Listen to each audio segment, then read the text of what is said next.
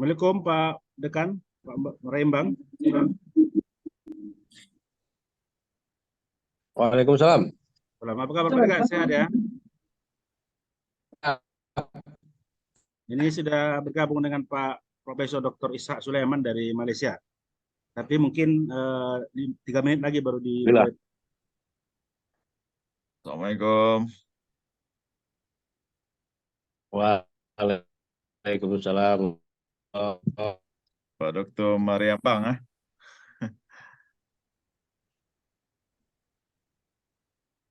Alhamdulillah.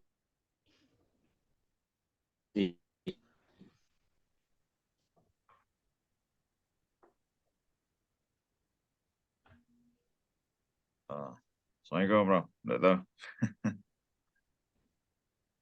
Alhamdulillah.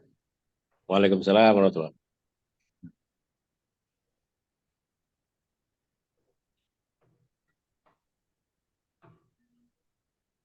Mang, sebentar dulu, pindah dulu.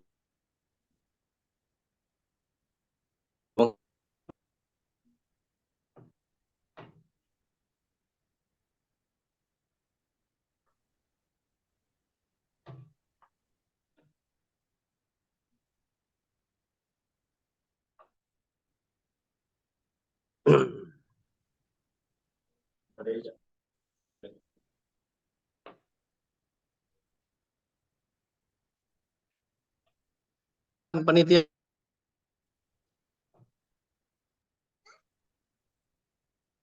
Ustadz Farid, jam berapa dimulai? 2 menit lagi. Sudah bisa Bang? Gimana Prof. Ishak, bisa kita mulai? Insya Allah boleh. Nah. Bisa. Izin Pak Dekan, dimulai Pak Dekan, Pak Dr. Marimbang.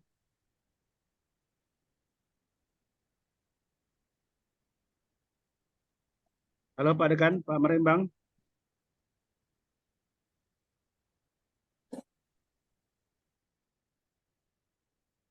Prof. Ishak, ini kita sebagian ini offline di kampus. Iya. Ada sekitar 50 lebih ini di kampus. Wah, Mai. Bagian online. Nanti saya boleh share saya punya slide nanti ya. Boleh, siap Prof. Oke. Saya pun juga lagi di luar kota ini. Oh gitu. Udah bisa dimulai Mas ya? Tanya Pak Dekan. Halo Pak Dekan, Pak Marimbang.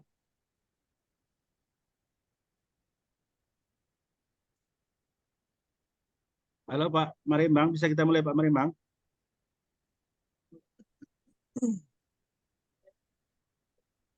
Udah bisa kita mulai Pak? Pak Dekan bisa dimulai Pak? Silakan. Oke, silakan Pak Farid. Bismillahirrahmanirrahim. Assalamualaikum warahmatullahi wabarakatuh. Waalaikumsalam. Waalaikumsalam warahmatullahi wabarakatuh. Alhamdulillah, salatu wassalamu ala rasulullah, ala alihi wa sahbihi wa mawalah. Puji syukur kepada Allah atas limpahan nikmat dan karunia sehingga kita bisa berkumpul di ruangan Zoom ini dalam acara perkembangan terkini kajian Al-Quran dan hadis di Malaysia. Salawat dan salam kepada Nabi junjungan kita, Nabi besar Muhammad Rasulullah Sallallahu Alaihi Wasallam. Yang kita hormati Bapak Dekan Dr. Marimbang Daulay MA sebagai Dekan Fakultas Usuluddin dan Studi Islam. Yang kita hormati Profesor Dr. Ishak bin Haji Sulaiman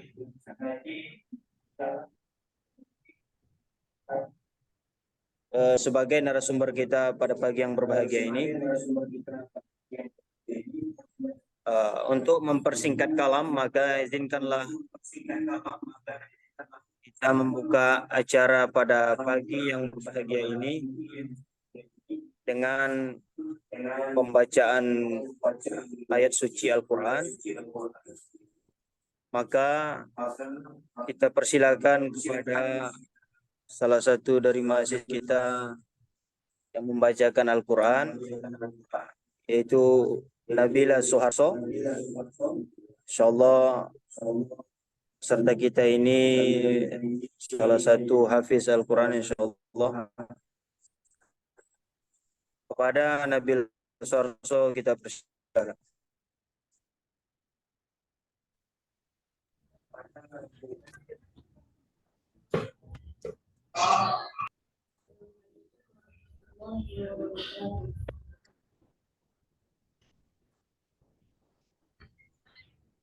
أعوذ بالله من الشيطان الرجيم.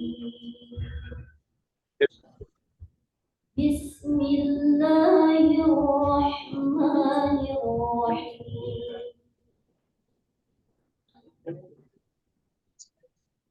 يا أيها الذين آمنوا اتقوا الله حق تقاته ولا تموتن إلا وأنتم مسلمون. واعتصموا بحبل الله جميعا ولا تفرقوا واذكروا نعمة الله عليكم إذ كنتم أعداء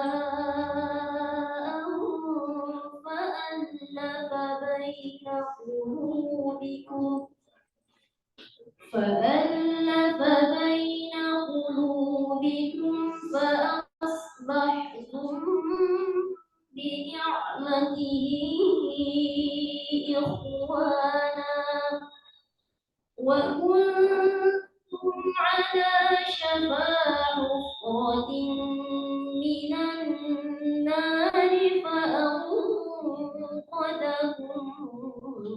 منها كذلك يبين الله لكم آياته لعلكم تهتدون. صدق الله العظيم.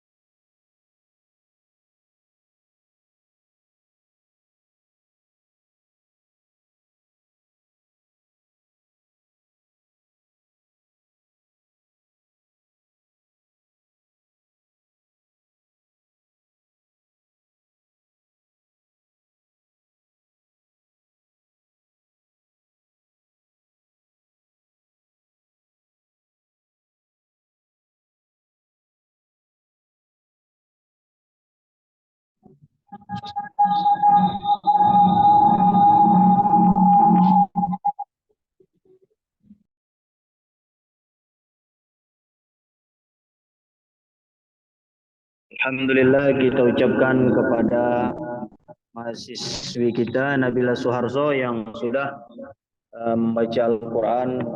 Semoga apa yang dibaca membawa keberkahan dan kegiatan kita pada hari ini dapat berjalan dengan lancar dan baik insyaallah. Selanjutnya kata-kata sambutan untuk pertama kali kita akan mendengarkan kata sambutan dari Ketua Panitia dan ini nanti akan disampaikan oleh Bapak Dr. Uqbatul Khair MA dan alhamdulillah beliau sebagai Wakil Dekan 3. Kepada Bapak kita persilakan dengan segala hormat.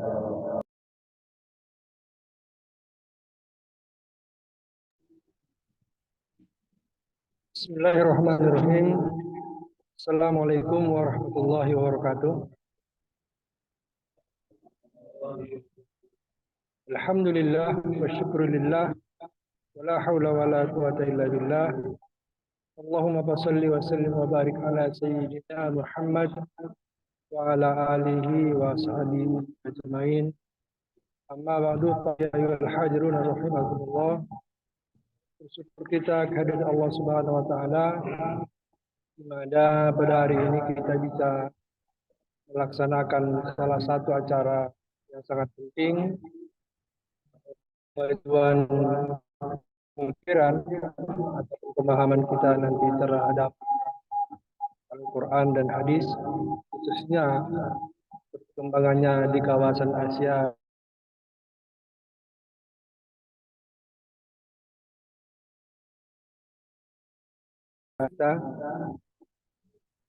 Yaitu di negara Malaysia. Selawat beserta salam kepada junjungan kita Nabi besar Muhammad SAW yang telah menunjuki kita jalan yang lurus, yaitu jalan kita untuk mendapatkan kebahagiaan dunia dan akhirat. Yang saya muliakan Bapak Dekan Fakultas Usuluddin dan Studi Islam, Bapak Dr. Maraimbang Daulay MAG, terkhusus yang sama-sama kita muliakan Profesor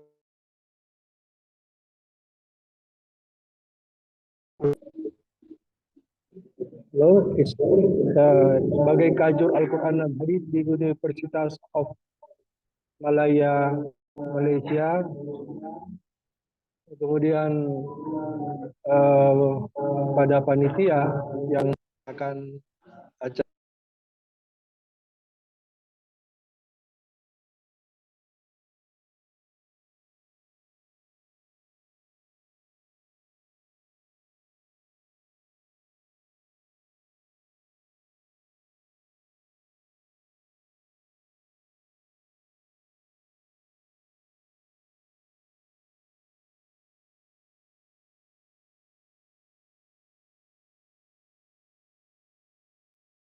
mohon maaf tadi terputus ya.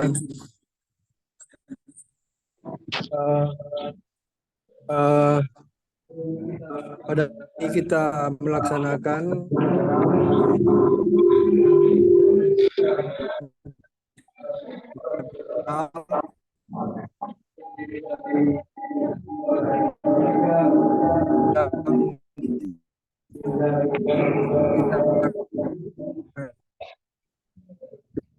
orang serta itu terdiri dari dan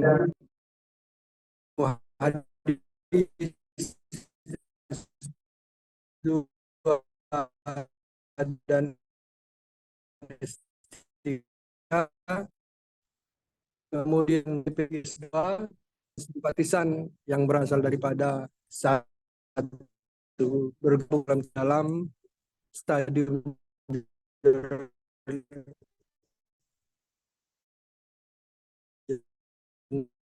hari ini.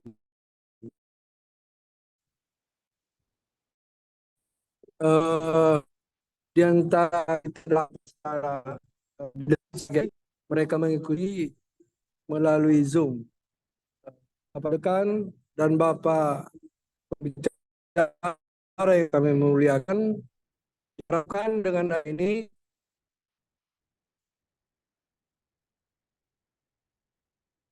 kita dapat mengambil manfaat yang besar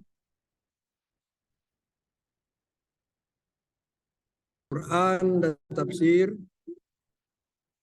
di Fakultas Usuluddin dan Studi Islam UIN Sumatera Utara.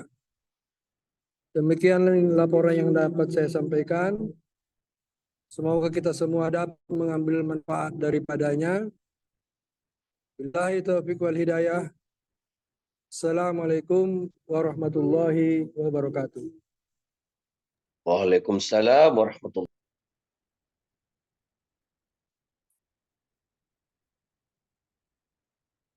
Terima kasih kita ucapkan kepada Ketua Panitia Pak Dr.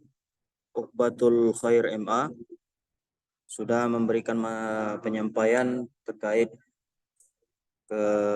kesan dan pesan untuk membuka kegiatan hari ini. Selanjutnya kata sambutan dari Bapak Dekan Fakultas Usuluddin dan Studi Islam, Bapak Dr. Marimbang Daulay MA, sekaligus acara Stadium General. Bapak, kita persilakan dengan segala hormat.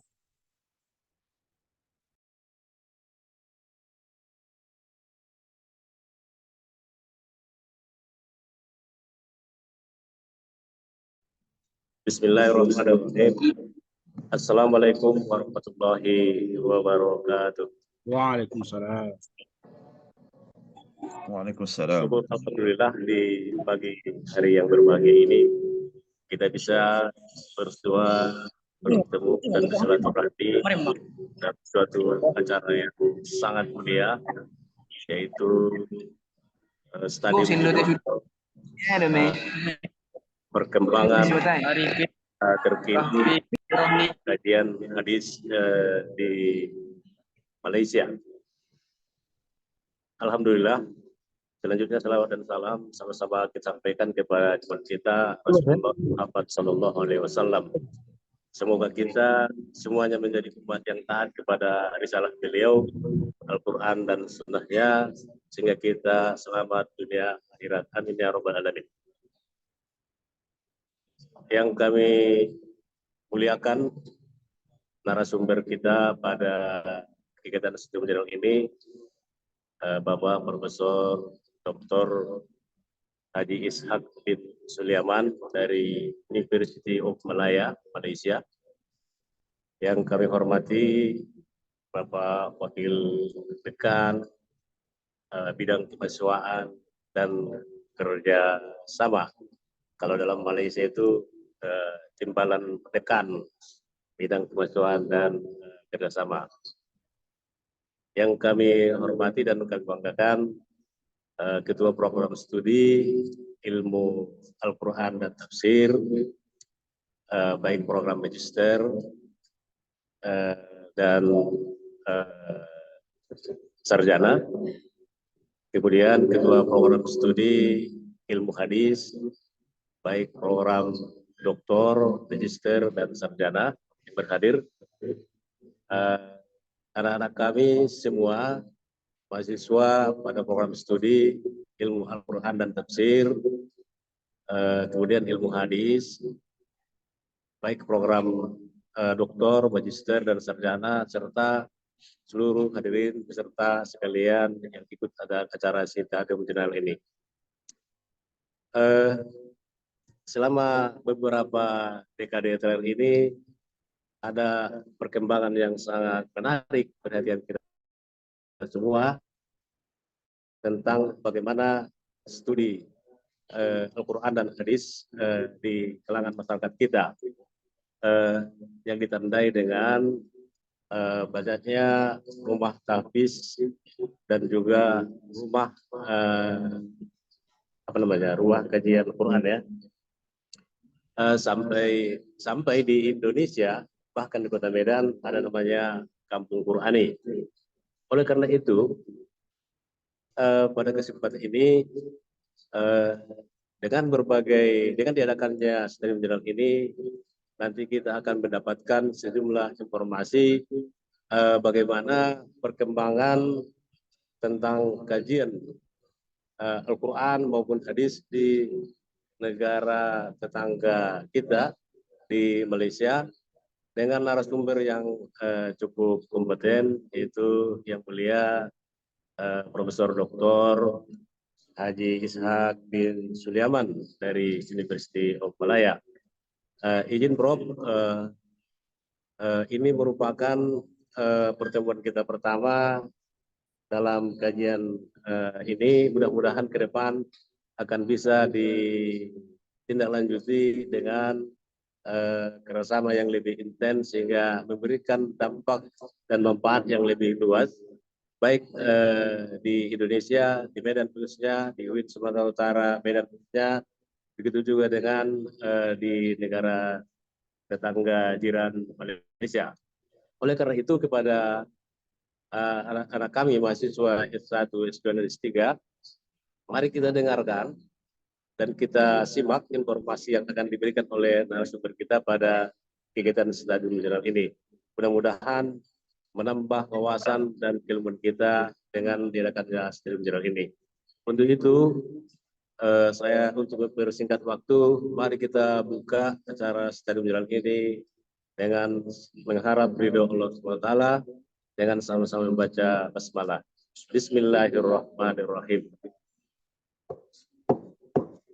Demikian penyampaian dan sambutan kami. Atas segala hilaf dan salah kami mohon dimaafkan. Wallahul muwaffiq ila thoriq. Wassalamualaikum warahmatullahi wabarakatuh. Waalaikumsalam. Terima kasih kita ucapkan kepada Bapak Dekan yang sudah membuka kegiatan general kita pada hari ini, serta masukan dan motivasi yang sudah disampaikan. Harapan semoga kegiatan kita hari ini berjalan dengan baik. Untuk acara supaya kegiatan kita ini mendapatkan berkah dari Allah, sebelum kita mendengarkan penyampaian perkembangan hadis di negara tetangga kita Malaysia, alangkah baiknya kita menyampaikan sedikit doa dari adinda kita Muhammad Azizi. Kepada Muhammad Azizi kita persilahkan.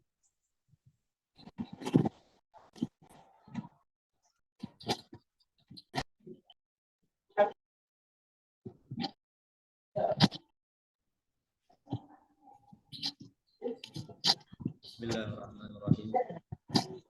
Alhamdulillahirabbil alamin wassalatu wassalamu ala asyrafil anbiya'i wal mursalin sayyidina Muhammadin wa ala alihi wa ashabihi ajma'in. Irhamna ya arhamar rahimin ya arhamar rahimin. Allahumma salli wa sallim ala sayyidina Muhammadin fil awwalin wa salli wa sallim ala sayyidina Muhammadin fil akhirin wa salli wa sallim ala sayyidina Muhammadin fi kulli waqtin wa hin. وصلي وسلم على سيدنا محمد في الملأ الأعلى إلى يوم الدين. اللهم اغفر لنا ذنوبنا ولوالدينا وارحمهما كما ربيانا صغيرا. اللهم اجعل أولادنا وتلاميذنا وقرابتنا من أهل العلم وأهل الخير ولا تجعلنا وإياهم من أهل الشر والضلال. اللهم سلمنا والمسلمين وعافنا والمسلمين واعف عنا وعن المسلمين وقنا وإياهم شر مصائب الدنيا والدين. اللهم ألك الرعب في قلوب الظالمين المتكبرين المتجبرين. اللهم فرق جمعهم، اللهم شتت شملهم، اللهم خالف بين قلوبهم. اللهم يا ربنا لا تسلط علينا بذنوبنا من لا يخافك ولا يرحمنا. وصلى الله على سيدنا محمد وعلى آله وصحبه وسلم. سبحان ربك رب العزة عما يصفون وسلام على المرسلين والحمد لله رب العالمين. Alhamdulillahirabbil alamin. Terima kasih kita ucapkan kepada Dinda Muhammad Azizi yang sudah membawakan doa dengan niat kegiatan kita hari ini mendapatkan berkah dari Allah Subhanahu wa taala. Selanjutnya kita langsung saja untuk mendengarkan persentase dari narasumber kita yang sangat kita hormati, Bapak Profesor Dr. Ishaq bin Haji Sulaiman sebagai Head of Department Al-Quran and Al-Hadis University of Malaya, Malaysia ya. Dan diharapkan informasi-informasi yang berkembang di negara tetangga supaya dapat menjadi motivasi kita baik di dunia akademisi S1, S2, S3 sebagai muqaranatur ra'yi, perbandingan pendapat terhadap keilmuan yang berkaitan dengan hadis dan Al-Quran insyaAllah. Untuk mempersingkat kalam, kita persilakan kepada Profesor Dr. Ishaq bin Haji Sulaiman untuk menyampaikan presentasenya. Pada Bapak kita persilakan. Bismillahirrahmanirrahim. Assalamualaikum warahmatullahi wabarakatuh. Waalaikumsalam. Waalaikumsalam. Alhamdulillah Rabbil Alamin. Wa bihi nasta'in ala wala udwana illa ala zalimin. Asyhadu an la ilaha illallah wa asyhadu anna Muhammadan abduhu wa rasuluh. Allahumma salli ala Sayyidina Muhammadin wa ala alihi wa sahbihi ajma'in. Amma ba'd. Yang saya hormati Bapak Moderator, Ustaz Farid. Jika saya kalau salah saya sebut nama, mohon dibetulkan ya. Bapak Farid, dan yang saya hormati yang berusaha Wakil Dekan Dr. Uqbatul Khair, yang berusaha yang mulia Bapak Dekan Fakultas Usuluddin dan Pengajian Islam, Dr. Marimbang Daulay. Apa khabar Bapak? Sehat semoga. Yang juga yang saya hormati yang berusaha Dr. Ziaulha Hidayat selaku pengelola program Doktor Hadis di Universiti Islam Negeri Sumatera Utara. Semua bapa-bapa dosen, profesor-profesor, asatizah dan seterusnya, anak-anak siswa-siswi yang berada dalam program ini dan juga yang mendengar secara talian dalam platform Zoom ini. Alhamdulillah, pertama sekali saya mengucapkan syukur kepada Allah SWT di atas kesempatan ini dan juga mengucapkan jazakumullah khairul jazak kepada Bapak Dekan dan kami, dan juga khususnya kepada Dr. Ziaulha Hidayat yang menjemput dan berhubung dengan saya dan semua sahabat-sahabat yang sebenarnya saya begitu rapat dengan medan ini untuk pengetahuan Bapak Dekan dan semua sahabat-sahabat di sana, kerana saya pernah bersahabat dengan beberapa orang dosen daripada Universiti Islam Negeri Sumatera Utara ni, yang kebetulan ada yang buat PhD di UC Melaya dan kebetulan juga ada yang berada di bawah penyelidikan saya. Saya nanti mungkin ada di sini wallahualam Dr. Sulidar sebagai contoh. Apakah dia ada lagi wallahualam, disebut juga namanya Dr. Muzakir, Prof. Muzakir ya. Dan seorang lagi saya mohon maaf saya terlupa namanya. Jadi bagi memulakan bicara ini, izinkan saya untuk saya berkongsi slide saya. Moga slide ini akan dapat memberikan satu informasi.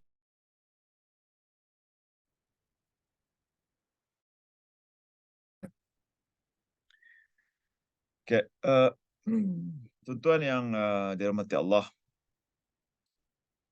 saya menyediakan slide ini dalam bahasa Inggeris ya. Mohon maaf sebab saya ingat kita menggunakan bahasa Inggeris, tetapi yang saya terima posternya dalam bahasa Inggeris. Jadi saya tulis current developments of Al-Quran and Hadith Studies in Malaysia. Iaitu artinya perkembangan terkini, terbaru berkaitan dengan pengkajian Al-Quran dan Hadis di Malaysia. Izinkan saya memperkenalkan diri saya sebaringkas dulu. Saya sudah bertugas di Universiti Melaya ini hampir 30 tahun. Dan dalam masa 6 tahun lagi jika panjang umur, saya akan mengakhiri perkhidmatan persaraan wajib di Universiti Melaya ini. S1 saya di Universiti Melaya pada dalam jurusan Sarjana Muda Usuluddin. S2 saya juga di Universiti Melaya di dalam bidang hadis.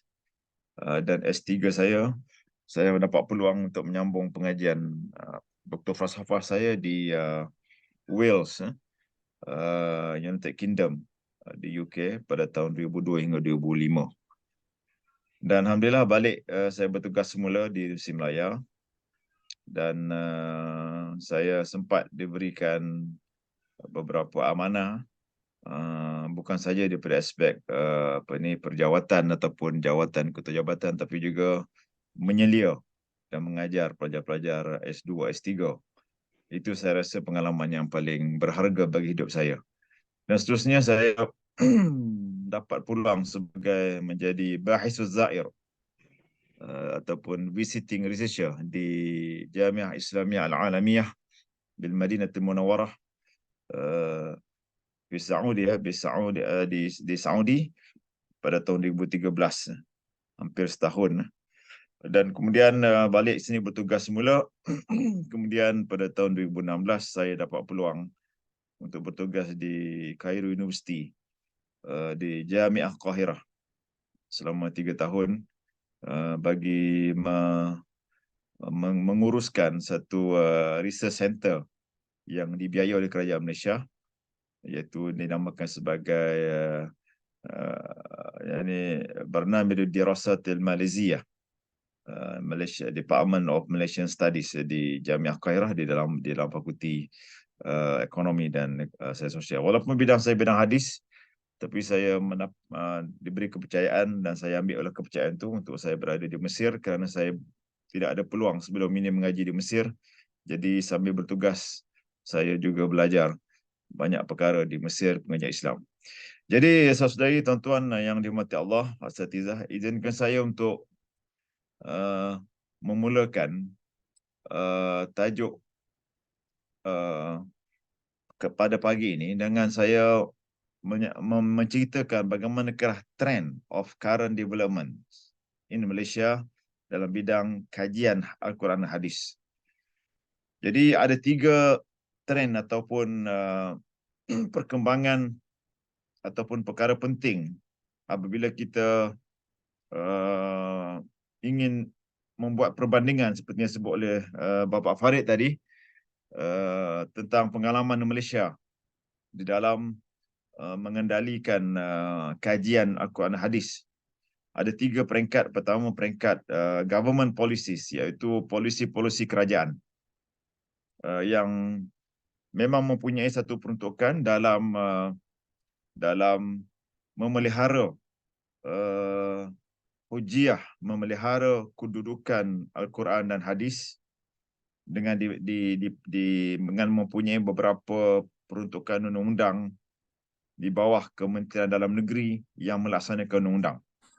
Walaupun di Malaysia ada satu kementerian yang menjaga hak Islam yang dikenal sebagai JAKIM, Jabatan Kemajuan Islam Malaysia, tetapi soal pelaksanaan undang-undang tersebut terdapat di dalam Kementerian Dalam Negeri yang memelihara Al-Quran dan Hadis, terutamanya dalam aspek percetakan dan penyiaran. Dan insya-Allah yang kedua kita akan berkongsi pengalaman bagaimanakah academic research and outputs, bagaimanakah kajian-kajian akademik dan penghasilan yang terutama yang diusahakan oleh universiti-universiti, dan saya mengambil contoh Universiti Melaya dalam kita mengembangkan dan memperkukuhkan bidang Al-Quran Hadis.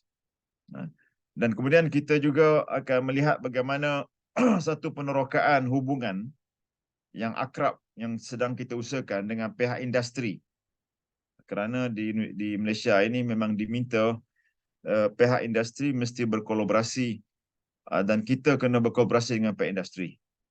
Walaupun pengajian Islam terutama bidang hadis dan Quran ini kelihatan agak janggal kalau saya gunakan istilah di Malaysia ni, agak jarang kita lihat hubungan yang akrab seperti di bidang kejuruteraan dan sains, di bidang lain di mana industri akan mendanai, akan memberikan peruntukan kepada penyelidik akademik di fakultas kejuruteraan, perubatan, pergigian, sains dan sebagainya. Tapi alhamdulillah di bidang pengajian Islam kami telah mulakan dengan mencari kolaborasi yang rapat, dan alhamdulillah saya akan kongsikan beberapa pengalaman ini. Saya yakin juga mungkin ada di Indonesia, dan ternyata apabila kita berkolaborasi antara akademik dan industri, maka kita alhamdulillah dapat menghasilkan sesuatu yang insya-Allah seperti yang disebut oleh Pak Dekan tadi, memberikan manfaat yang lebih besar kepada ummah dan insya-Allah kepada agama itu sendiri. Jadi izinkan saya untuk mengulas sedikit bagaimanakah polisi kerajaan Malaysia terhadap Al-Quran dan Hadis. Ini pada pandangan saya mungkin hampir sama atau tidak. Di Indonesia saya pun tidak ada maklumat yang banyak, tetapi saya yakin ada. terutamanya tentang pengawalan dan pelaksanaan pencetakan Al-Quran.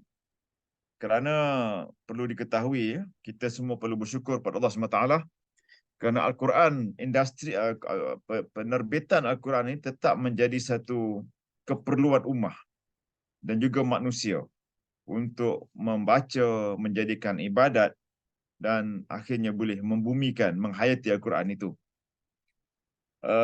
Dan di Malaysia, sebenarnya pada tahun 1968 lagi, kerana Islam ini berada di bawah penguasaan Raja-Raja Melayu Malaysia. Jika anak-anak siswa-siswi dapat mengetahui realiti kat Malaysia, kita tidak ada presiden.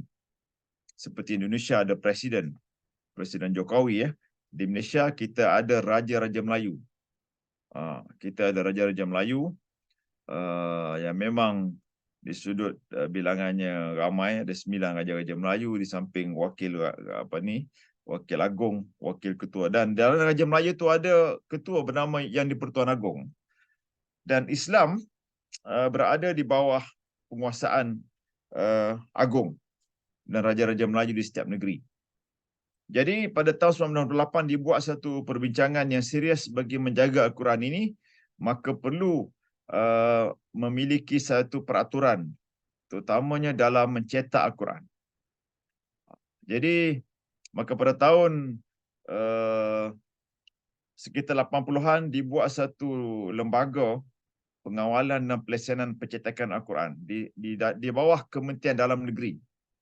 Dia mempunyai kuasa undang-undang di mana Akta Pencetakan Teks Al-Quran digubal pada tahun 1996. Jadi boleh pergi kepada laman web ini. Bagaimanakah perundangan ini dan peruntukan-peruntukan undang-undang untuk mengawal dan memelihara Al-Quran di Malaysia. Dan alhamdulillah pada tahun 1987 ditubuh satu lajnah tafsir Al-Quran. Lajnah tafsir Al-Quran ini adalah berperanan untuk menyemak setiap Quran yang berada di pasaran Malaysia sebelum dipasarkan, sebelum lagi dicetak, perlu disemak tulisannya, resamnya, sebab semua sekali lah standard yang dimiliki oleh Malaysia. Baru ini terjemahan pun melalui proses semakan terjemahan Al-Quran. Jadi itu sebabnya ini cara Malaysia bagi mengawal dan pensyarah-pensyarah ataupun dosen-dosen khususnya di bidang pengkhususan Al-Quran yang melibatkan resam, bab dan sebagainya, dan terutama mempunyai aspek-aspek seperti qiraat, dijadikan sebagai panel penyemak. Kalau di perbankan Islam dia ada panel syariah, maka di dalam industri Al-Quran di Malaysia ini maka ada juga dinamakan sebagai panel penyemak Al-Quran yang saban hari sebenarnya ataupun saban bulan mereka mempunyai acara untuk menyemak di peringkat nasional negara. Alhamdulillah. Kemudian bagaimana hadis? Ada hadis, alhamdulillah, walaupun hadis ni terlewat. Hadis ni dalam sejarah di Tanah Melayu ataupun di Nusantara selalu kelihatan lewat daripada perkembangan Al-Quran. Tapi alhamdulillah, saya tetap bersyukur kerana akhirnya di peringkat kerajaan, pemerintah, walaupun agak lewat, kami begitu lama melobi ataupun mencadangkan dan mendesak kerajaan supaya segera untuk menubuhkan lajnah tahqiq hadis.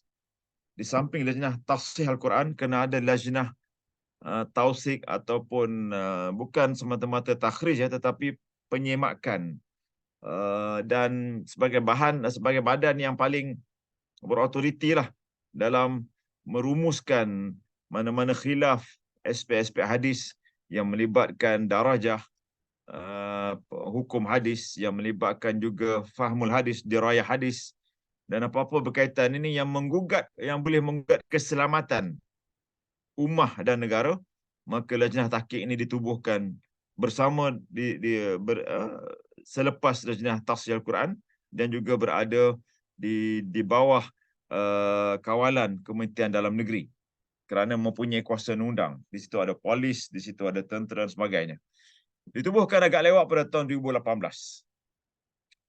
Dan setakat ini belum ada satu akta khusus tentang pemeliharaan hadis.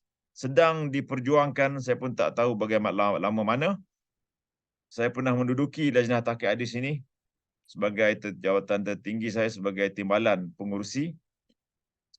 Namun bila pemerintah berubah, maka saya setelah 3 tahun saya menumpukan di UM saja kerana ada projek yang ingin saya buat, maka orang lain meneruskan. Saya tidak dilantik oleh kerajaan semasa itu. Namun kami pernah membuat dan telah membuat garis panduan penulisan dan penerbitan teks hadis sebagai contoh, yang menjadi panduan sebelum ada undang-undang yang bertulis ini kepada pihak industri atau penulis hadis supaya mematuhi panduan-panduan yang disediakan oleh pemerintah. Juga yang terbaru juga kami dapat menyediakan panduan asas penyemakan sumber status hadis seperti takhrijul hadis. Bagaimanakah pihak industri, penerbit, pencetak, penulis perlu juga menghormati prinsip-prinsip takhrijul hadis, dan bagaimana jalan keluar bila kita berhadapi dengan khilaf di kalangan muhaddisin terhadap sesuatu darajah hadis, ada aspek tarjihnya yang menjadi penyelesaian yang untuk mengharmonikan suasana. Jadi sebab itu saya perkenalkan ini laman web. Laman web Kementerian Dalam Negeri. Jika tuan-tuan para siswa-siswi dapat buat akses, boleh pergi di mmoha.gov.my untuk jika mendapatkan maklumat lanjut. Di Ministry of Home Affairs. Ini Kementerian Dalam Negeri. Jadi ada beberapa laman ini menyediakan informasi tentang, termasuklah juga kawalan undang-undang yang melibatkan pemeliharaan Al-Quran.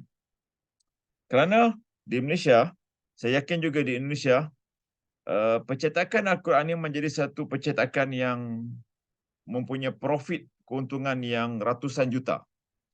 Berjuta-juta syarikat mendapat untung kerana saban hari, saban masa manusia perlukan Al-Quran. Seperti disebut oleh Pak Dekan tadi, berkembangnya mak-tahfiz yang swasta, yang bukan kerajaan, begitu banyak di merata tempat di Malaysia ini. Namun mesti ada satu mekanisme untuk mengawal supaya tidak disalahgunakan.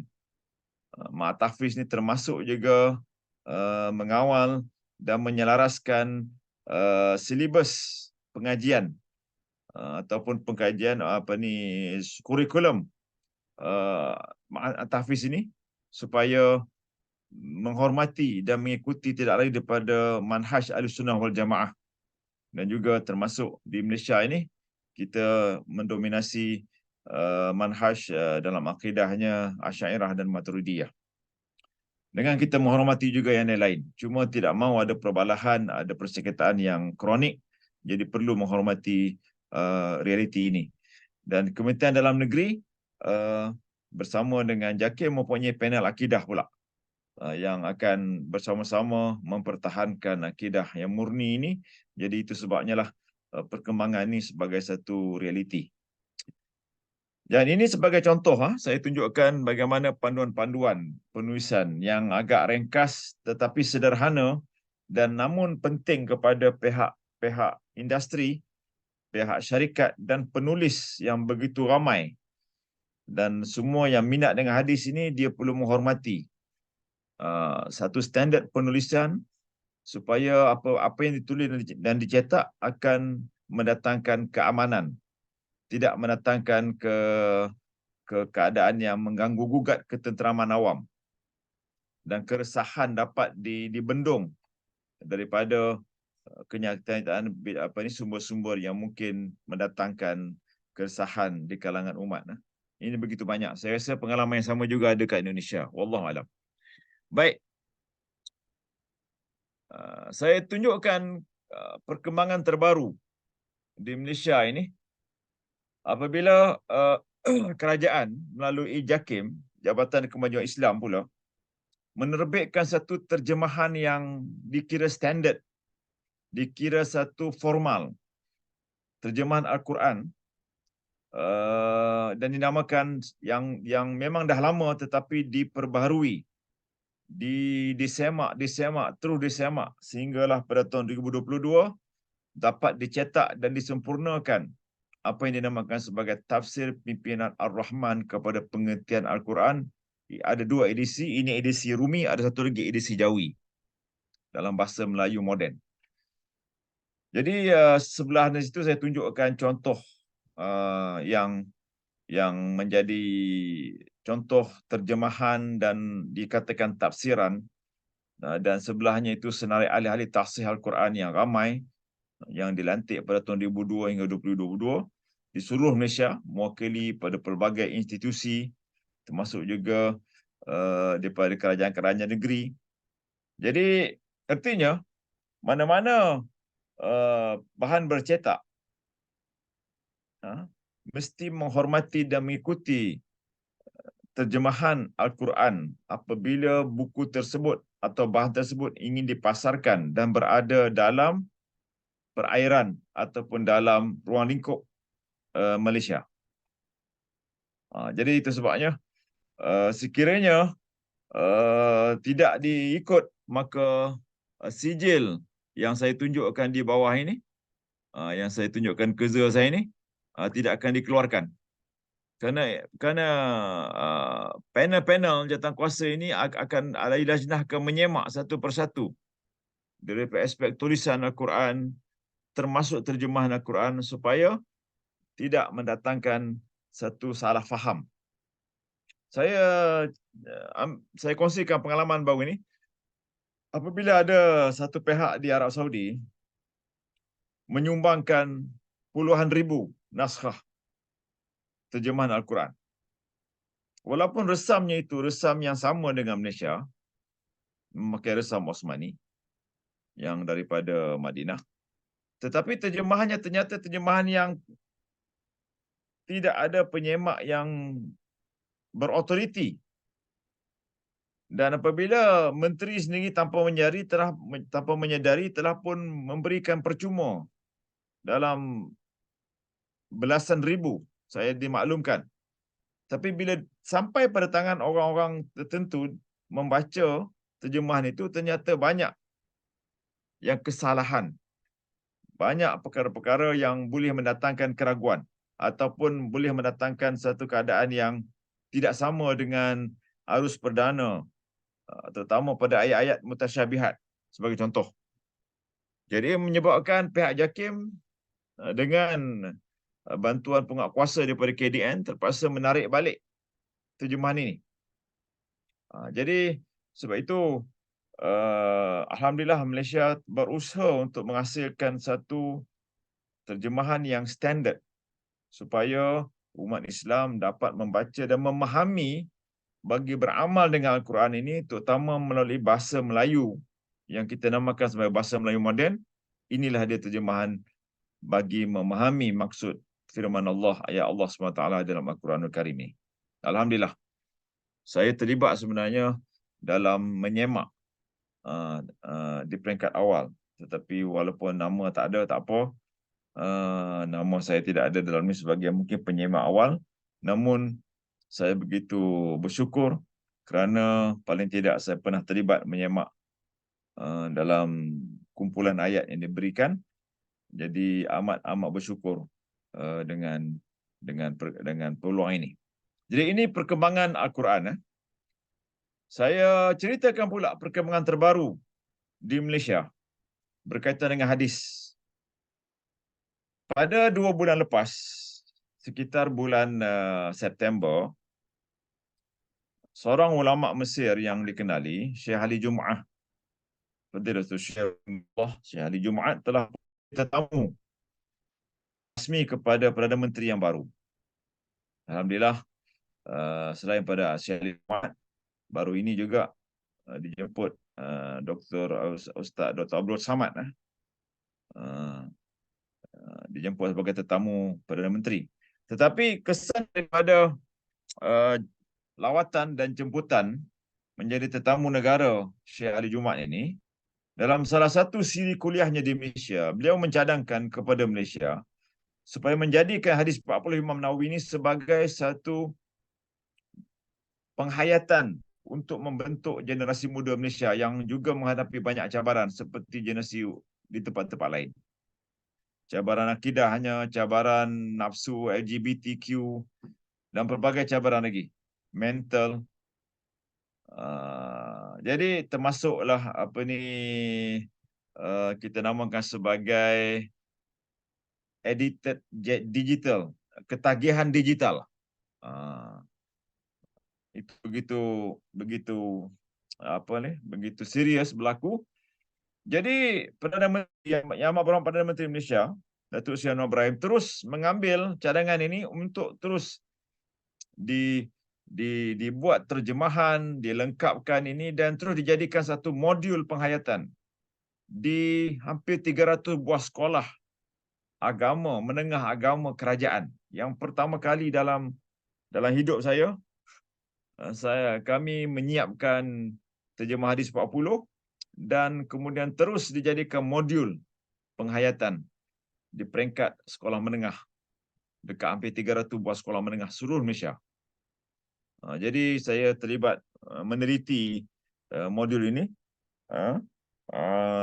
dan alhamdulillah saya bersyukur pada Allah SWT, walaupun ada isu yang macam-macam, non-Muslim termasuk Muslim mempertikaikan hadis yang ke-8 sebagai contoh. Hadis dalam hadis 40 ni ada Nabi bersabda, qala Nabi SAW umirtu an uqatilan nas hatta yashhadu an la ilaha illallah ila akhiril hadis. Jadi bila diterjemahkan, Nabi menyatakan aku diutuskan untuk memerangi orang yang memerangi Islam, maka telah dimomokkan oleh ahli parlimen non-Muslim di Malaysia ini dan pelbagai golongan lagi menyatakan bahawa kerajaan Malaysia melalui sekolah ingin menanamkan satu fahaman terorisme untuk memerangi non-Muslim. Dia menjadi isu yang cukup hangat dan saya terlibat menyiapkan sebulan bersama dengan satu tim yang dilantik di peringkat JAKIM di peringkat kerajaan menyiapkan terjemahan dan syarahan hadis. Hadis 40 telah pun siap, mungkin sedang dibaca oleh pejabat Perdana Menteri sebelum dicetak. Tetapi yang paling saya nak sebutkan, dia telah pun memasuki sekolah menengah dan dia akan dijadikan objektifnya bagi menerapkan kefahaman akhlak, kemudian memahami cara pemikiran yang betul-betul terbaik dan bagaimana hadis ini dijadikan sebagai aktiviti di dalam dan di luar bilik untuk membentuk tasawur Islam, akhlak, akidah, syariah yang boleh menampung pendidikan Al-Quran dan hadis dalam bentuk ilmu yang pelbagai dan dijadikan sebagai bentuk aktiviti yang hidup di luar kelas melalui hadis 40 termasuk menghafaznya, memahaminya, menjadikan dia sebagai aktiviti ilmu, aktiviti kerohanian, aktiviti kebajikan. Jadi kalau dilihat dalam struktur pendidikan, saya melihat begitu cantik dalam kertas dan sekarang ini mereka sedang berusaha untuk tatbik, mengaplikasi, membumikan modul hadis 40 ini. Semoga akan lahirlah sebilangan generasi Malaysia yang Muslim mendapat kata orang rahmat daripada hadis-hadis sahih melalui 40 hadis, paling tidak peringkat awal. Alhamdulillah. Saya begitu syukur kerana setelah 66 tahun Malaysia merdeka, barulah dapat ada satu usaha seperti mana yang dibuat oleh oleh Omar Abdul Aziz ketika beliau menjadikan satu projek negara supaya hadis-hadis ini dikumpul dan dibukukan. Alhamdulillah. Sekarang ini paling tidak bermula dengan hadis 40. Dan saya nak ceritakan juga apabila benda ini berlaku, sebenarnya kami, saya masuk kepada poin yang berikutnya, maka kami di peringkat universiti, pada poin yang kedua tadi, selain daripada kerajaan, maka saya terus masukkan perkembangan terkini di antara institusi seperti Universiti Melaya ni dengan pihak industri. Dan alhamdulillah pada 2 tahun lepas saya telah memulakan usaha untuk menyantuni, mendekati, takrib dengan industri yang memang telah pun begitu kaya dan begitu untung dengan menerbitkan pelbagai buku Islam khususnya berkaitan dengan Al-Quran dan Hadis dalam pelbagai bentuk. Buku kanak-kanaknya dan sebagainya. Jadi satu bisnes industri yang cukup untung di Malaysia ini. Dan saya diberitahu juga begitu juga mungkin di Indonesia, di mana syarikat-syarikat penerbit Indonesia begitu banyak menghantar buku di Malaysia ini dalam pelbagai bentuk. Nah, tapi nak ceritanya, apakah peranan kita sebagai pengkaji, peneliti, dan mungkin kita boleh anggap sebagai dosen dan mungkin pakar insya-Allah dalam bidang-bidang berkaitan dengan Al-Quran dan Hadis. Lalu di Malaysia pada tahun 2021 telah terbit melalui pejabat Menteri Agama ketika itu satu Sahih Bukhari. Untuk pengetahuan bapa-bapa dosen dan anak-anak semua, Malaysia belum lagi mempunyai lengkap terjemahan Kutubus Sittah, tidak seperti Indonesia yang dimiliki oleh banyak syarikat-syarikat. Kerana saya membeli dan menjadikan koleksi kita di sini. Ada pelbagai koleksi dan pelbagai bentuk terjemahan. Tak apalah. Tapi untuk Malaysia sendiri, belum ada yang lengkap. Jadi apabila Menteri Agama yang dulu, iaitu Dr. Zulkifli Bakri, tapi dia tidak lama jadi Menteri Agama, kerana kerajaan berubah, dia sempat menyiapkan Sahih Bukhari. Tapi diterbitkan di pejabat menterinya. Jadi dia tidak terbit JAKIM. Ini satu cabaran lah. Saya terlibat sebagai penyemak juga Sahih Bukhari ini. Jadi ada kat depan saya ni. Saya ada 8 jilid. Jika saya boleh tunjukkan, ini contoh jilid yang ke-8. Sahih Bukhari sudah lengkap terjemahannya oleh pihak yang dianggap berautoriti. Namun malangnya, apabila tidak dibuat di industri, apabila buku ini tidak mampu untuk diedarkan kerana politik jawatan habis, maka saya tak tahu di manakah naskah yang banyak, lebih kurang 1000 naskah, 8 jilid Sahih Bukhari ini disimpan oleh Dr. Zulkifli Bakri, tapi tidak berada dalam JAKIM. Jadi tidak sampai. Jadi apabila ini berlaku, maka saya melihat perlu ada satu research. Kerana saya telah mula mengumpulkan data-data dan terjemahan yang saya buat 7 tahun lepas, Kutubus Sittah. Tetapi saya perlu semakkan daripada pakar-pakar. Pakar bahasa Arab, pakar hadis, pakar akidah, termasuk pakar bahasa Melayu. Jadi saya perlukan dana. Alhamdulillah, proposal saya pergi berjumpa dengan satu syarikat yang memang besar syarikat ini, bernama Rimbunan Islamic Media. Lalu saya membentangkan proposal saya, alhamdulillah diterima. Bagi dibuat satu semakan, dibuat satu penyelidikan dan kemudian diusahakan satu terjemahan Sahih Muslim yang lengkap 7 jilid. Imam Muslim mengikut syarahan daripada Imam Nawawi, Al-Minhaj. Tetapi kita membuat terjemahan saja. Kita tak buat syarah dulu. Sekarang baru kita mulakan setelah kita siap terjemahan ini, terjemahan nas. Jadi, izinkan saya kongsi apa yang berlaku dalam bentuk video. Prof, boleh ya, Doktor ya? InsyaAllah kita dengar. Jabatan Al-Quran dan Al-Hadis Islam Universiti Melaya aktivis untuk menyiapkan terjemahan lengkap hadis Sahih Muslim. Yang pertama, Sabta Tertetap. Kolaborasi bersama pihak industri Rimbunan Islamic Media yang berhari itu akan membuatkan 7 jilid terjemahan dengan menggunakan bahasa Melayu Barat. Menurut Ketua Projek Terjemahan Hadis Sahih Muslim, Rangkap Ketua Jabatan Al-Quran dan Al-Hadis UM, Profesor Dr. Ishaq Sulaiman, selain umat Islam Indonesia, terjemahan hadis Sahih Muslim itu turut dinyatakan oleh akademik luar negara untuk diterjemah surah kepada bahasa ibunda masing-masing dengan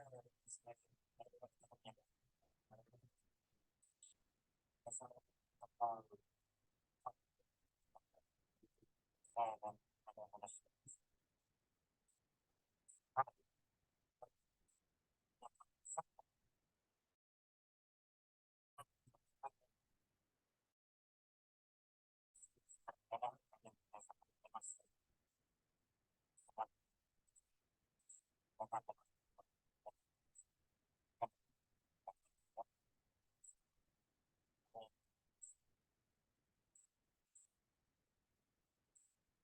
kami diberikan bahan bacaan golongan bukan Islam untuk memahami hadis serta kisah Nabi Muhammad bersama antara jabatan Al-Quran dan Al-Hadis dan hubungan Islamic Media Center Berham dan Jomkat kami turut hadir memberikan majlis pengarang Akademi Pengajian Islam Tuhan Profesor Dr. Muhammad Fauzi Ahmad, Pengurusi Institut Terjemahan Buku Malaysia Sabri Masud, serta pengarang urusan hubungan Islamic Media Center Berham Datuk Muhammad Saleh Saduk. Pada majlis sana, Datuk Muhammad Saleh turut menyerahkan dana sebanyak RM150,000 bagi bersifat proses terjemahan hadis Sahih Muslim tetap disiapkan dengan lancar berikut garis masa yang telah ditetapkan.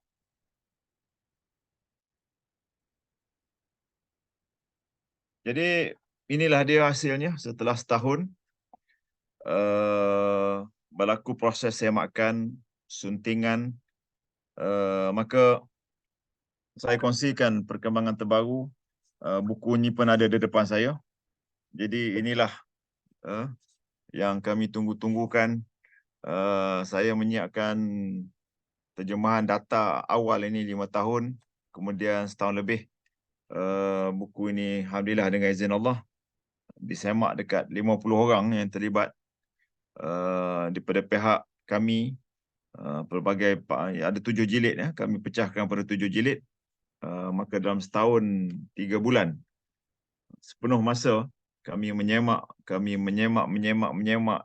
sampai peringkat industri menyemak, orang dibaca oleh pelbagai pihak, tetapi alhamdulillah akhirnya mampu dicetak dan akan berada di pasaran. Jadi ini merupakan terbitan Universiti Melaya yang pertama kali dengan syarikat ini. Syarikat yang mendanai ini iaitu Rimbunan Islamic Media. Jadi inilah sedikit perkembangan terbaru yang ingin saya kongsi. Kerana ini buat pertama kali dalam sejarah Malaysia, sebuah universiti awam melalui Jabatan Al-Quran Hadis.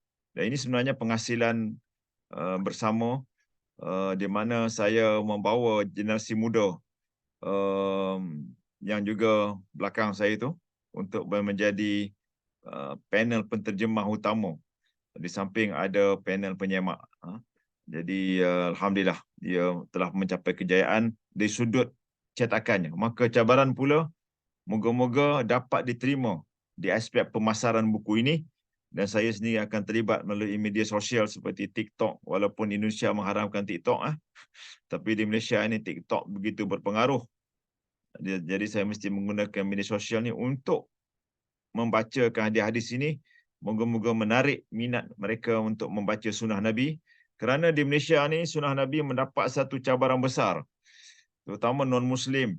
Tetapi dalam masa itu ada juga non-Muslim yang ingin mengkaji dan juga ingin membaca, tetapi bahan pula tidak ada. Jadi kita cuba menjadikan bahasa yang mudah difahami dalam bentuk Melayu moden, tetapi tetap mengambil kira maksud sebenar nas itu, yang juga kami buat terjemahan ini dengan mengambil kira syarah paling tidak daripada kitab Al-Minhaj Imam Nawawi rahimahullah. Jadi inilah dia satu penghasilan pertama Universiti Melaya bersama industri. Dan insya-Allah kami dalam rangka menyiapkan kitab syarahnya pula. Yang saya akan namakan kitab itu sebagai Maqasidus Sunnah di syarah Sahih Muslim. Yang kami sedang buat insya-Allah, dan moga dapat sebahagian keuntungan daripada ini akan digunakan untuk membuat secara tematik pula. Kalau kami tidak akan buat secara jilid, tapi kita akan buat syarah berdasarkan tema seperti Muqaddimah bersambungan dengan Kitabul Iman dalam jilid 1 sebagai contoh, dan sehinggalah. Jadi jika Allah ambil nyawa saya, paling tidak 2 generasi muda yang ada di belakang saya ini bersama dengan pensyarah-pensyarah lain akan menyambung tugas ni. Kerana inilah satu khidmat ummah yang saya rasa perlu kita buat.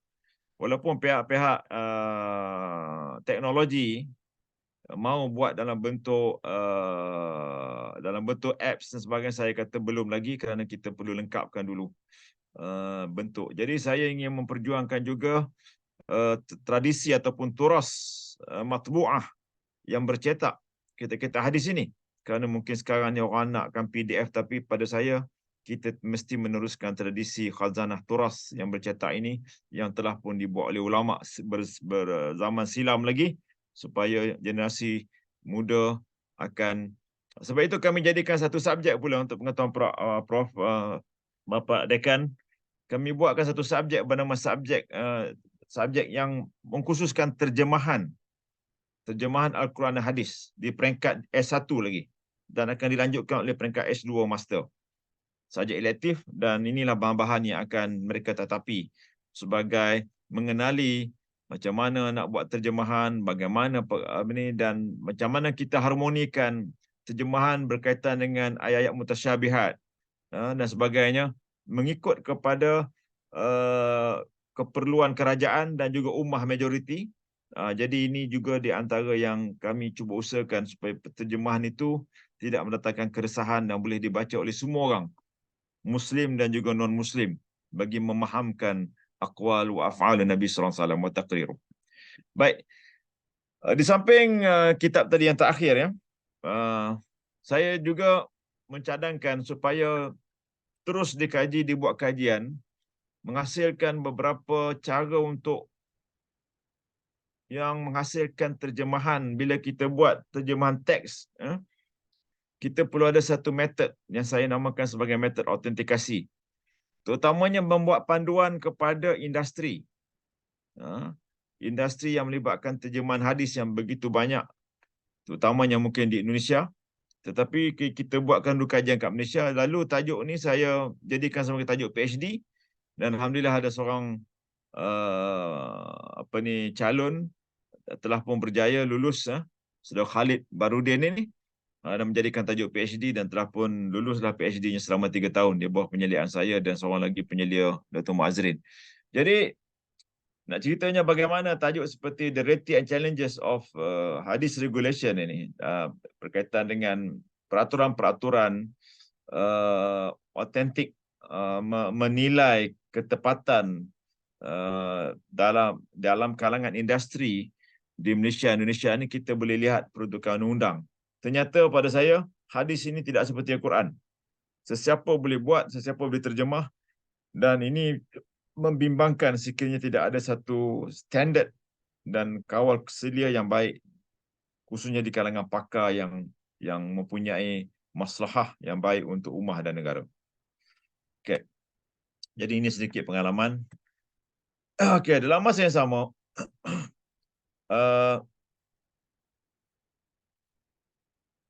saya juga ingin menawarkan kolaborasi kepada peneliti-peneliti di UIN Sumatera Utara bagi kita membuat research, kolaborasi, bagaimanakah paling tidak boleh dibuat kajian beberapa topik seperti yang saya cadangkan di sini yang boleh dijadikan sebagai satu kolaborasi bersama, terutamanya bila kita melihat apa yang dipraktiskan di Indonesia dan Malaysia itu boleh kita terbitkan, insya-Allah. Okey. Jadi saya masuk pada cerita bidang-bidang terkini dalam bidang Malaysia ini. Kita sedang meneroka bagaimanakah terutama bidang hadis. Izinkan saya untuk memfokuskan bidang hadis, bidang saya. Untuk saya kongsikan perkembangan terkini, kita sudah masuk ke peringkat bagaimanakah hadis Nabawi ini mampu untuk memasuki aspek perawatan bidang-bidang yang melibatkan, terutamanya yang melibatkan kejiwaan, terutama seperti psikoterapi, terutama pada masalah kemurungan remaja. Jadi kita kena bangunkan satu model psikoterapi Nabawi dalam memulihkan kemurungan remaja ni bersama dengan psikiatri. Jadi Alhamdulillah tajuk ini telah pun berjalan, sedang berjalan bagi membuktikan bahawa pengkajian hadis ini tidak terhenti soal-soal sahih, hasan, dhaif, begitu saja. Kemudian khilaf tak sampai ke sudah, tapi kita mesti bawa tema-tema yang terdapat dalam kutub, yang terdapat dalam kitab-kitab sitah itu, ada Tibun Nabawi dan sebagainya, mampu menjadi model bagi memberikan satu impak dan juga manfaat bagi memulihkan masalah-masalah semasa. Jadi saya bersama dengan tim research ini menjadikan tajuk PhD, dan alhamdulillah kita jemput juga penyelia bidang lain seperti Dr. Mat Syukri ini bidang psikoterapi dan kemudian bila dibuat kajian research, maka kita menghantar ke jurnal-jurnal dan pelbagai aspek lain kerana masalah kesihatan mental di Malaysia ni begitu membimbangkan. Saya yakin juga di tempat lain begitu jugalah. Baik di Singapura dan sebagainya begitu membimbangkan. Di Malaysia inilah dia data membimbangkan. Jadi yang menjadi cabarannya bagaimana ke aspek intervensi perawatan yang sepatutnya kita usahakan daripada bidang sunnah ini yang memang Nabi SAW mengajarkan. Dan bersama saya ini ada data-data yang diusahakan oleh penyelidik Ustaz Syahril ni. Beliau telah mengkaji lebih kurang 450 hadis sahih Bukhari berkaitan dengan psikoterapi Nabawi berkaitan dengan kesihatan mental ini. Jadi begitu menakjubkan, Nabi mempunyai satu kaedah yang cukup sistematik dan teratur bagi membuat intervensi di peringkat preventif dan juga rawatan kepada mereka yang sudah menghadapi penyakit mental ini. Dan kajiannya telah diterbitkan di beberapa jurnal yang berindeks, dan moga-moga akan menjadi panduan kepada umat Islam dan kepada pengkaji yang akan meneruskan lagi kajian ini dan juga pengamal perubatan. Okay, ini di antara sebab itu saya juga menawarkan kolaborasi kepada sahabat-sahabat di Universiti Islam Negeri Sumatera Utara jika ada kecenderungan untuk terus bersama-sama mencari pula bagaimanakah realiti kat Indonesia. Mungkin kita boleh buat bersama modul ataupun kaedah di mana kita boleh membantu aspek kemurungan ini melalui psikoterapi Nabawi asaskan hadis Nabi SAW. Jadi ini di antara saya rasa cabaran yang mesti kita usahakan, dan alhamdulillah sedang berjalan dengan baik. Kemudian saya usahakan yang terakhir yang ingin saya kongsikan. Mungkin ramai orang melihat isu khitan wanita adalah isu fiqh semata-mata. Tetapi izinkan saya berkongsi, di Malaysia ini isu khitan wanita tetap menjadi isu setiap tahun kerana ada pejuang di kalangan orang Islam, di kalangan doktor dan termasuk di Kementerian Kesihatan yang meminta supaya Malaysia menghapuskan dan mengubal dan menilai semula hukum wajib khitan. Kerana di fatwa-fatwa negeri-negeri kat Malaysia ni majoritinya menyatakan khitan lirijal wa nisa ini adalah merupakan satu benda yang wajib berdasarkan kepada pandangan yang jumhur dalam Syafi'i. Jadi yang menariknya, saya kata menariklah, apabila ada pula golongan yang dikatakan pengkaji hadis telah menggunakan hadis-hadis yang dianggap dhaif untuk menyatakan betul hukum khitan tidak wajib, apatah lagi khitan wanita, dan menjadi dalil kepada golongan yang memang nak minta Malaysia jangan mewajibkan hukum khitan. Walaupun isu fiqh, tuan-tuan dan puan, tapi bila mereka menggunakan hadis, maka di sinilah kita mengembangkan ilmu fiqhul hadis yang sifatnya begitu dinamik, boleh bersama dengan bidang syariah, boleh mengkaji juga aspek-aspek fatwa semasa dikaji oleh ini. Akhirnya saya tawarkan kepada seorang mana-mana berminat, akhirnya Saudara Nur Azam Khair menjadi pelajar PhD, lulusan Azhar, mumtaz, dan beliau sedang menyiapkan di peringkat akhir kajian ini, dan beliau sedang buat kajian bersama dengan doktor-doktor perubatan di Malaysia, doktor Muslim dalam 2,000 orang yang terlibat dalam mengkhitankan bukan saja lelaki tetapi termasuk wanita, dan mereka tidak mengakui tidak ada satu standard cara untuk khitan wanita. Jadi kajian ini membangunkan melihat pada hadis-hadis fiqhul hadis dan menggunakan metod Fazi Delphi untuk melihat kepada pakar-pakar bagaimanakah satu standard perlu digunakan, dan kita mempertahankan hukum khitan wanita juga wajib. Tetapi dua negeri kat Malaysia menyatakan harus, kerana muftinya berpandangan khitan wanita ni harus, iaitu di Perlis dan juga di Johor. Namun inilah dia apa yang saya nak katakan, perkembangan yang berkaitan dengan kajian hadis ni yang menarik di samping kajian-kajian lain. Saya rasa kesimpulannya, ini perbincangan dengan mufti, saya terlibat bersama mempertahankan hujah-hujah khitan tu wajib berdepan dengan pakar-pakar daripada Kementerian Kesihatan yang meminta supaya dibuang ataupun dinilai semula hukum wajib khitan kepada lelaki dan perempuan. Dan sekali lagi saya tawarkan, dan artikel ni dan kami terbitkan, dan ini saya tawarkan satu jurnal akhirnya. Kesimpulan, minta maaf saya mungkin memakan masa sikit.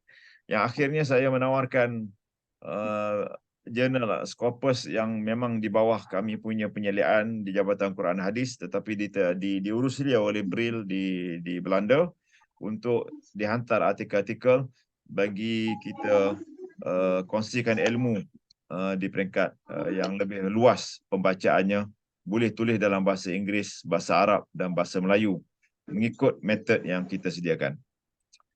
Jadi ini artikelnya. Jadi sebab itu saya tawarkan juga jika ada kolaborasi kajian di Indonesia, boleh bersama-sama akhirnya kita boleh kongsi data ini untuk kita buat satu ini. Jadi ini perkembangan terkini hadis yang buku-buku yang kita cetakkan, ada banyak lagi. Jadi akhirnya itu saja daripada saya, Pak Farid, dan ini semoga apa yang saya kongsikan bagi dapat menyampaikan kepada maqasid ataupun tujuan topik ini, iaitu berkongsi pengalaman terbaru, mungkin perkembangan terkini berkaitan dengan kajian hadis dan Al-Quran hadis. Mohon maaf saya memfokuskan banyak pada hadis kerana ini kebetulan bidang saya yang itu, dan saya mungkin dapat menyentuh tidak banyak aspek-aspek Al-Quran. Jika ini ada kekurangan, saya mohon maaf, dan sekiranya ada teguran, pembetulan, pertanyaan yang mampu saya jawab, insya-Allah saya ada ruang untuk menjawab jika diizinkan oleh pihak moderator. Wallahu alam. Okey, wassalamualaikum warahmatullahi wabarakatuh. Dipersilakan saya kembali kepada. Waalaikumsalam warahmatullahi wabarakatuh. Luar biasa penyampaian yang sangat panjang ya dari profesor kita terkait dengan kerjasama dengan Kementerian Agama di Malaysia ya, perkembangan keilmuan menjadi pencetakan lajnah tahqiq, garis panduan dan penulisan penelitian. Baik juga ada juga kegiatan memelihara ya, kawalan pemeliharaan Al-Quran. Itu juga kolaborasi dengan keilmuan yang lain ya. Kita tadi mendengar ada bagaimana hubungan hadis dengan psikoterapi yang layak menjadi acuan kita ke depan ya. Untuk mempersingkat malam, begitu luas pemahaman dan penyampaian dari profesor kita.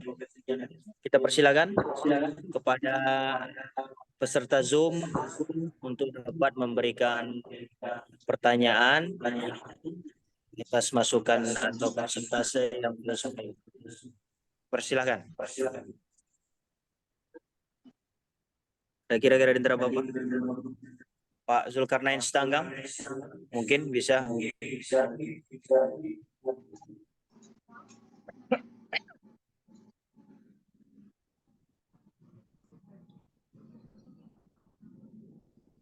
Silakan. Atau Assalamualaikum warahmatullahi wabarakatuh. Waalaikumsalam. Terima kasih pada moderator dan pada Prof yang telah memberikan paparan hari ini. Tadi Prof menjelaskan paling tidak ada 3 peranan penting Al-Quran maupun hadis di Malaysia. Pertama tadi di government policy, kedua academic research and output, dan ketiga industrial output. Nah, di sini yang kami tanyakan, kira-kira sejauh mana industrial output, katakanlah perusahaan-perusahaan menggunakan Al-Quran dan hadis sebagai nilai-nilai karakter bagi karyawan-karyawan. Apakah misalnya dalam hal penerimaan rekrutmen karyawan, misalnya di perusahaan, apakah ada semacam kompetensi terhadap nilai-nilai Al-Quran dan hadis? Sekian saja, Prof. Thank you very much your attention. Assalamualaikum warahmatullahi wabarakatuh. Waalaikumsalam. Terima kasih kepada Pak Zulkarnain Sitanggang ya. Pertanyaan yang bagus insya Allah. Selanjutnya ada satu penanya dari mahasiswa kita Magister S2 IH. Kepada Anis Akbar, kita persilakan. Assalamualaikum. Assalamualaikum. Ini bertanya tentang masalah Sahih Bukhari. Ya. Kenapa Imam Bukhari tidak mau mengambil periwayatan dari Ja'far Shadiq atau Ja'far bin Muhammad As-Shadiq? Itu aja, Ustaz. Okey. Terima kasih. Boleh saya jawab dulu ataupun bagaimana? Dikumpulkan dulu ada. Silakan kepada Prof untuk memberi jawaban terhadap penanya. Silakan.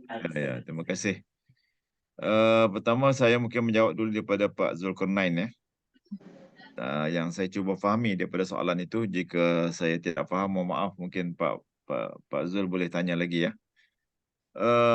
Saya rasa Pak Zul bertanya tentang bagaimanakah industri memerlukan pakar-pakar hadis dalam industrinya, begitu Pak Zul ya. Saya rasa inilah dia cabaran. Saya sebut dulu di Malaysia ini, saya yakin begitu juga di tempat lain mungkin. Industri dia melihat pada aspek keuntungan. Lalu terlalu banyak buku-buku yang berasaskan hadis atau Quran menjadi pelbagai tema. Namun dalam kegairahan penulis yang mungkin tidak menghormati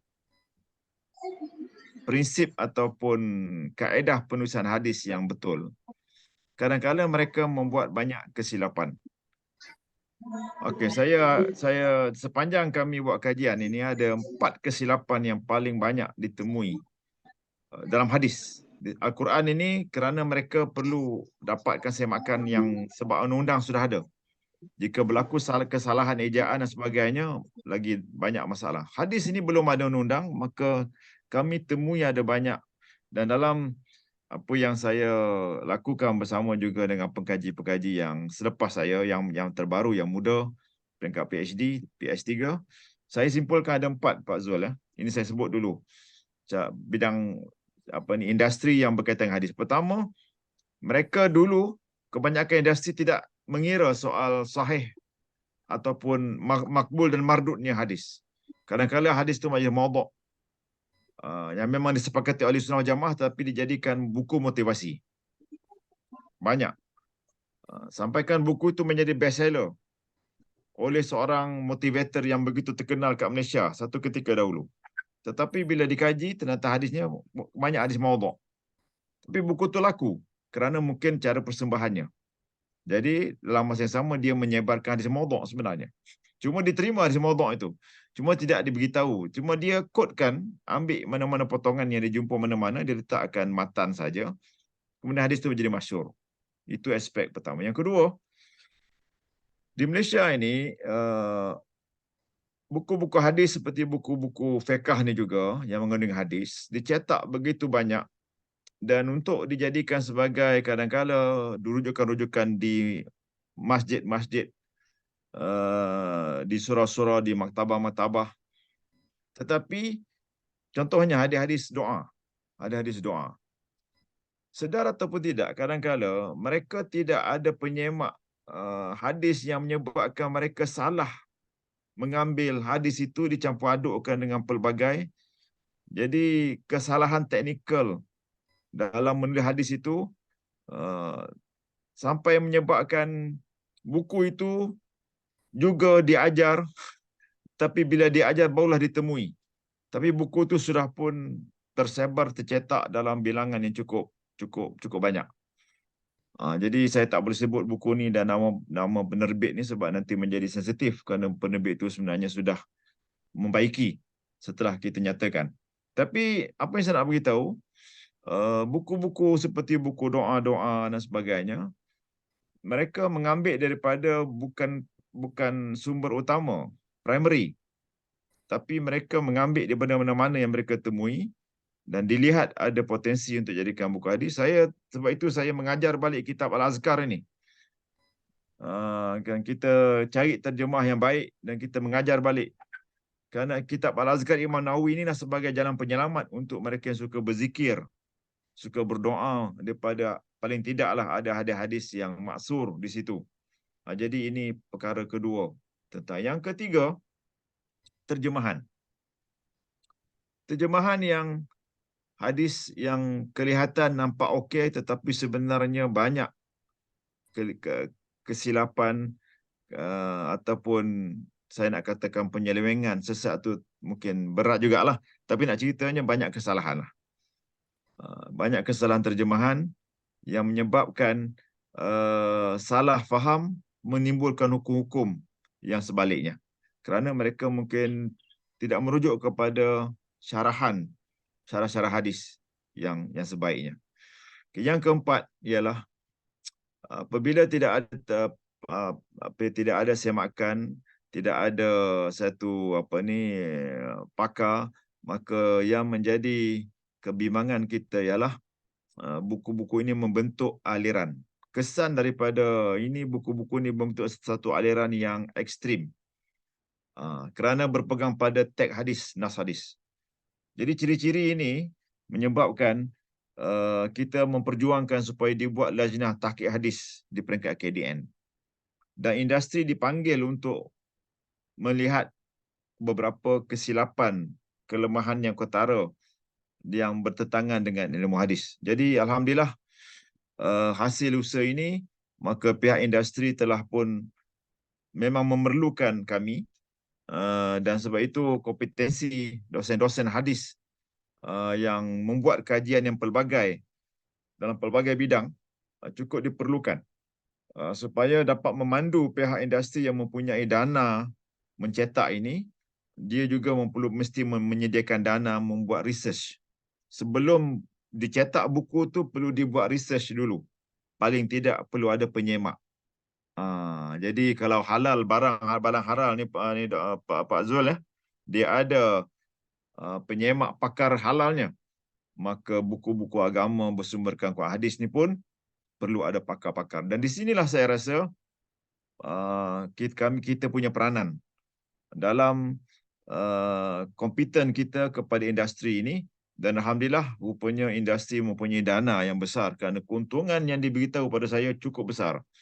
Buku-buku agama untuk kanak-kanak begitu mudah dijual, kerana ibu bapa pasti membeli.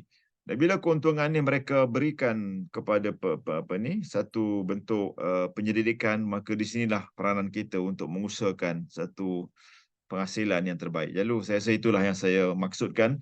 Akhir sekali, apabila kami pula di Universiti Malaya menjemput pihak industri untuk memberikan kuliah dalam subjek-subjek yang berkaitan. Contoh subjek yang kami namakan subjek terjemahan hadis dan Al-Quran. Kami kena melantik pihak industri daripada syarikat-syarikat percetakan dan penyiaran ini sebagai elite fellow. Misal kata saya ada 14 minggu pengajaran satu semester. Jadi saya mesti peruntukkan dalam dua kali, mungkin satu kali 2 jam ataupun 3 jam untuk menjemput pihak industri berkongsi pengalaman, kepakaran mereka, dan ini menjadi satu tuntutan pihak industri pada sajak-sajak yang bersifat kemahiran seperti penterjemahan dan sebagainya. Jadi itu sebabnya bila kita jadikan sebagai satu subjek, maka barulah pelajar-pelajar dapat melihat rupanya menjadi penulis buku, menjadi penyemak ini rupanya begitu aman dan enak sekali bayarannya. Sebagai satu ruang pekerjaan yang memang bagus di samping mereka melihat bentuk pendidikan pengajaran yang boleh dijadikan sebagai kerjaya mereka. Itu yang saya jawapan saya, Pak Zul. Moga-moga ada boleh diterima, wallahu alam. Okey, melalui siswa tadi ini menarik ya. Soalan yang saya tak sangka keluar ini. Kenapa Imam Bukhari tidak mengambil periwayatan pada Ja'far Shadiq? Sebelum menjawab, saya mempersilakan saudara tadi juga membaca Fathul Bari, Muqaddimah Fathul Bari. Kerana Ibn Hajar Asqalani sebenarnya telah pun menghuraikan jawapan-jawapan mempertahankan otentik Sahih Bukhari ini apabila beliau turut menjawab hujah-hujah daripada Daruqutni yang sebenarnya mungkin mempertikaikan beberapa aspek sanad dan sebagainya yang dibawa oleh Bukhari. Tapi apabila saya buat kajian S2 saya tentang Ibn Hajar Asqalani, maka bila saya membaca dan bertanya dengan pakar-pakar ulama-ulama lain, ternyata bahawa Imam Bukhari mempunyai satu metod yang diakui oleh ulama sedunia, bukan saja zamannya tetapi masuk zaman sekarang. Saya sebut satu nama sebelum saya jawab Ja'far Shadiq ini kepada yang bertanya tadi. Jonathan Brown, seorang daripada Amerika Syarikat. Jonathan Brown. Boleh cari masih hidup lagi di Amerika Syarikat. Seorang Amerika yang membuat kajian tentang Bukhari. Dan akhirnya beliau Islam lah.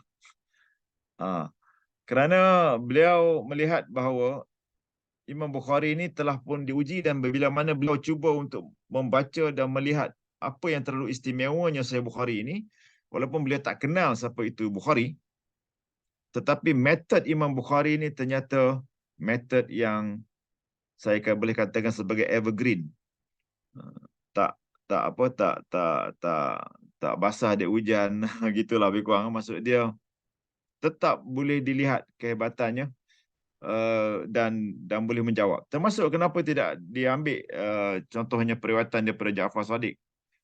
Saya secara jujurnya saya tidak ada jawapan kenapa tidak diambil. Saya tidak mengetahui kenapa Bukhari tak mengambil. Jujur saya tak tahu. Tetapi saya dapat melihat andaian bahawa walaupun mungkin dia kelihatan Ahlul Bait, namun ketika mana kami menterjemahkan Sahih Muslim, kerana Imam Muslim juga mempunyai muqaddimah. Imam Muslim ni, kepada saudara yang bertanya, dia merupakan salah seorang murid kepada Imam Bukhari. Okey, Imam Muslim salah seorang murid kepada Imam Bukhari. Dan Imam Muslim juga satu standard yang cukup dahsyat. Walaupun kelihatan dia kata dalam muqaddimahnya dia kategorikan tiga tabakat perawi. Walaupun kelihatannya glamour, ulama ni masyhur, tetapi bila mana dia tidak ada ilmu tentang sanad, maka periwayatannya tidak ambil. Hadis-hadis padanya tidak ambil. Jadi di situ mungkin saya boleh menjawab begini ya. Wallahu alam, jika salah tidak apa. Ini jawapan sebagai manusia pengkaji. Walaupun kelihatan ada kaitannya dengan Rasulullah sebagai Ahlul Bait, siapa jugalah. Bukan Ja'far Shadiq saja saya kata. Sesiapa juga yang kelihatan dalam sejarah ada kaitan, sebab kita pun tak hidup zaman tu.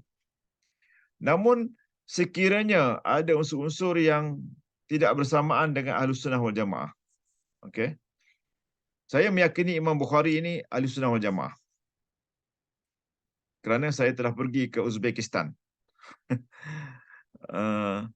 Walaupun tidak lama, untuk saya menjejaki apakah akidah mazhab Ahlus Sunnah Imam Bukhari ini.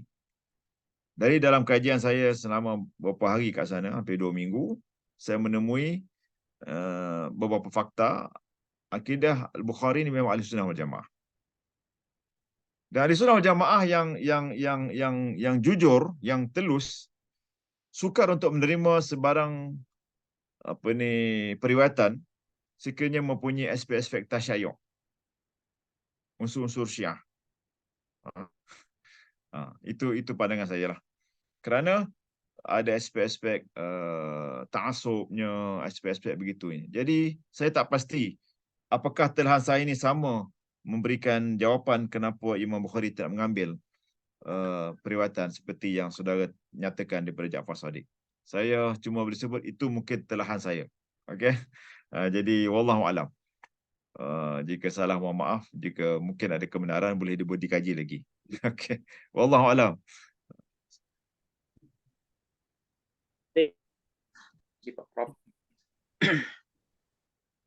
Si ada ini sesi apa nih? Tanya jawab ini. Ya.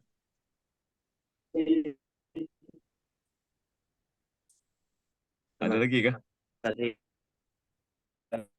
Kita cukupkan nanya saja, Pak.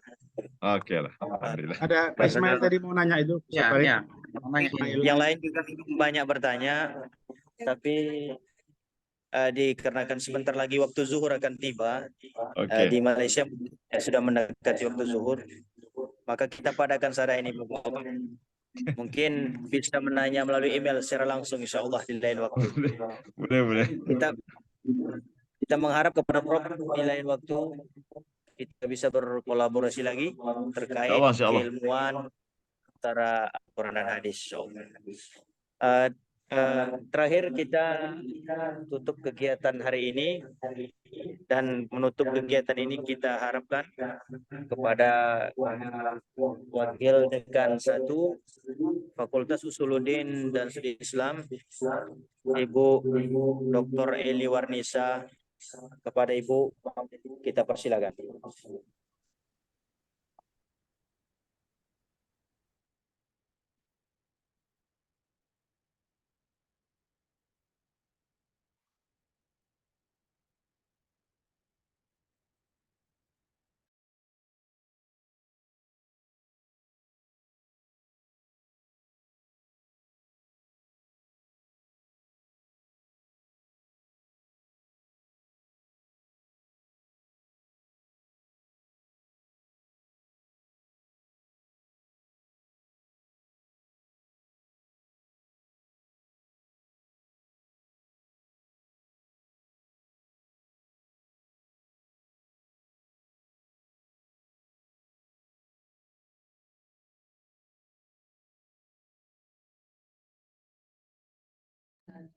Bersyukur kehadiran Allah Subhanahu wa Ta'ala yang telah membuka hati dan pikiran kita,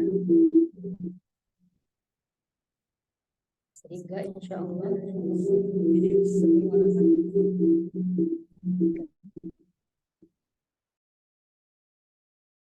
yang telah dipaparkan oleh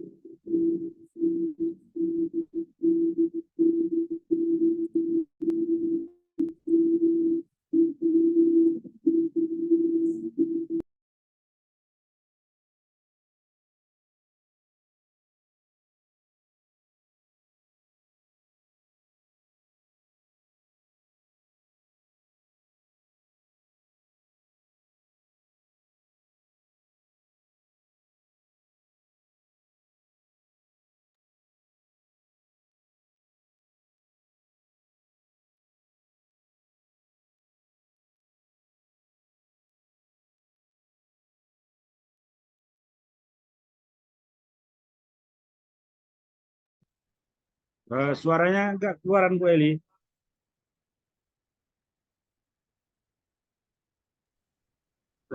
Izin saya ambil alih, Eli.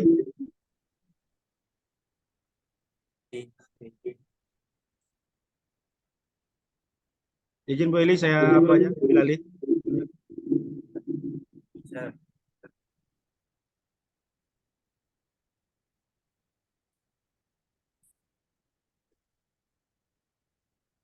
Dan harapan kita bersama.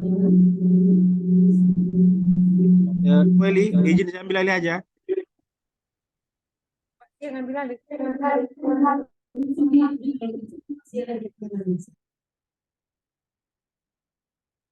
Izin Bu Eli, saya ambil alih aja Bu Eli.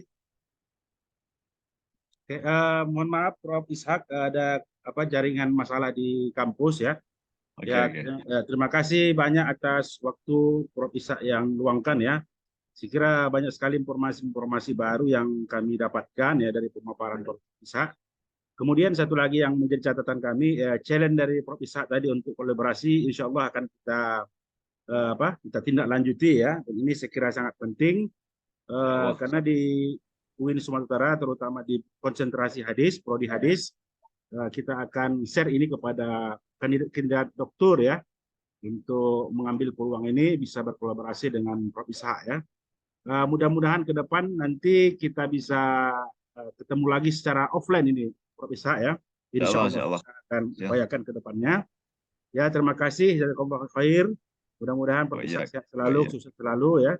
Terima kasih juga kepada Pak Dekan, Bu Eli, Pak Uqbah, dan semua panitia, terutama pada mahasiswa di sini ada bergabung mahasiswa doktor, magister, dan sarjana dalam konsentrasi ilmu Al-Quran dan tafsir dan ilmu hadis. Terima kasih. Sama-sama kita akhiri kegiatan ini. Lapas alhamdulillah. Alhamdulillahirabbil alamin. Wassalamualaikum warahmatullahi wabarakatuh. Waalaikumsalam warahmatullahi wabarakatuh. Sampaikan salam saya pada di sana ya. Ya, Insyaallah. Insyaallah. Terima kasih, Prof. Mohon permisi. Oke, assalamualaikum. Salam. Waalaikumsalam warahmatullahi wabarakatuh.